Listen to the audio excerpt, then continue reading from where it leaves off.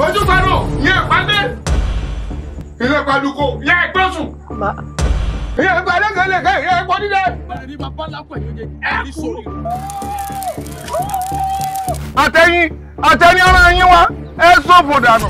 Bàbá sì tọ́ mi wò lẹ́ẹ̀kan, ó rí pátákó bẹ́ẹ̀ ni òyìn fẹ́ kú òmù. Gbogbo ọmọge ìlú ìpátápátá kò sí kankan nù wọn ṣàṣà ni wọn tí ìka ń tán òkè.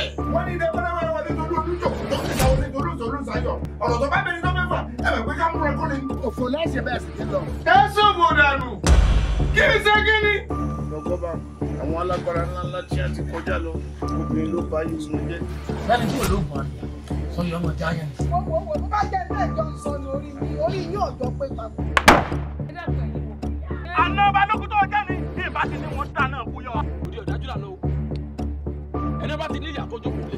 Bẹ́ẹ̀ ni. Mo pa àṣẹ wípé pálọ̀ ọ̀sẹ̀ lọ́wọ́ ó fi ní ilé wọn fẹ́ràn mọ́.